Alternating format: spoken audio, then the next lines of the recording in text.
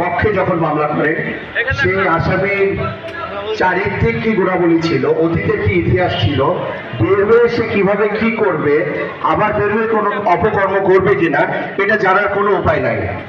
কোনো কি উপায় আছে? কোনো উপায় নাই। আমরা যখন একটা এফআইআর করি, ওই এফআইআরে আমরা মেরিট বের করে সেই মেরিট মোতাবেক আমরা একজন আইনজীবী আমরা আদালতের সামনে উপস্থাপন করি। উপস্থাপন করার পর মাননীয় বিচারক মহোদয় যদি মনে করে এখানে জামিন দেওয়ার কোনো পয়েন্ট আছে, তাহলে সেখানে জামিন দেওয়া হয়।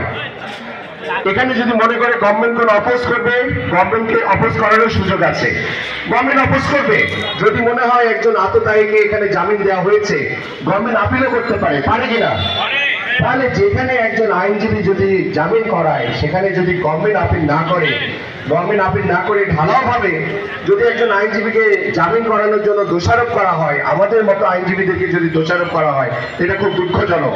আমার মনে হয় কোনো বক্তব্য দেওয়ার সময় আমাদেরকে একটু বুঝে শুনে বক্তব্য দেওয়া উচিত, এবং কেউ যদি কোনো উদ্দেশ্য হাসিল করার উদ্দেশ্যে কোনো ধরনের বক্তব্য দেয়, তাহলে আমাদেরও বোঝা উচিত এর পিছনে কি উদ্দেশ্য আছে। আমরা আশা করি এই ধরনের ঘটনা পুনরাবৃত্তি করবে না। আমাদেরকে আইনজীবী আমরা যারা আছি, আমাদেরকে সুন্দরভাবে স্বাভাবিকভাবে আমাদের পেশা পরিচালনা করার সুযোগ দেন, আমাদেরকে পেশা পরিচালনা করার সুযোগ দেন। আমরা সুপ্রিম কোর্ট বার অ্যাসোসিয়েশনের তরফ থেকেও কিন্তু কিছুদিন আগে দেখেছেন যে মাহবুবুদ্দিন খোকন সাহেব এই ঘটনারও কিন্তু তীব্র নিন্দা প্রকাশ করেছে। আমরা আবারও বলছি, সুপ্রিম কোর্ট আইনজীবী সমিতির তরফ থেকে আমরা সাধারণ আইনজীবী যারা আছি, আমাদেরকে আমাদের পেশা সঠিকভাবে পরিচালনা করার সুযোগ দেন। ধন্যবাদ।